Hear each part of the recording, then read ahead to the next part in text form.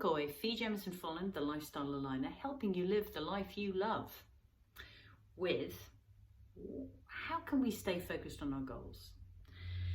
You say, oh yeah, this is really good, I really need to do this. And also sometimes, I don't know about you, I end up doing, following my goal, going after my goals because I said I would. And this is the first tip. Herein lies the first tip, which is, what is it that spins our wheels? So rather than filling my to-do list that I used to have with stuff that I feel obliged that I need to get done, what if I were to focus on my priorities, the things that really inspire me and get me moving from inside, things that I would do whether I was rewarded in whatever way, be it with compliments or thanks or money, whatever it is, the things that I would do regardless. So what is it? What is it that spins our wheels? And only we can answer that. It's very specific and very unique. So that's the first step, is getting clear, for us to get clear about what it is that gets us moving, that we don't need external influence to have us do. So that's the inspiration that comes from within as opposed to motivation. So we can go along with, oh, that was really amazing. It really, it's really, it really motivating. It was really motivating. But if I'm relying on, I remember hearing this from one of my mentors, that if I am relying on someone else's words or actions or their experience to motivate me, I'm in trouble. So when it comes from inside, I mean, if you take one thing away from this video, that would be the thing, is to getting really clear about what it is that spins your wheels. And we've done some blogs on that and vlogs on that. So search through on the website to find more ways that we cover that topic. I've got my notes here to keep me on track. The second thing is write them down. So writing down in the present tense, as if it's already happened, as an I rather than you, or that would be nice.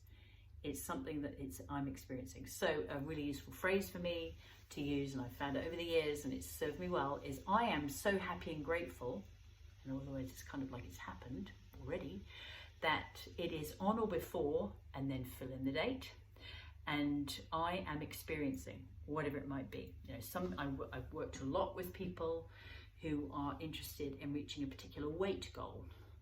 And so rather than focusing on losing weight, because our minds prefer to think about, do our best to figure out the subconscious and unconscious, which can be tricky, is to focus on what it is that we do want.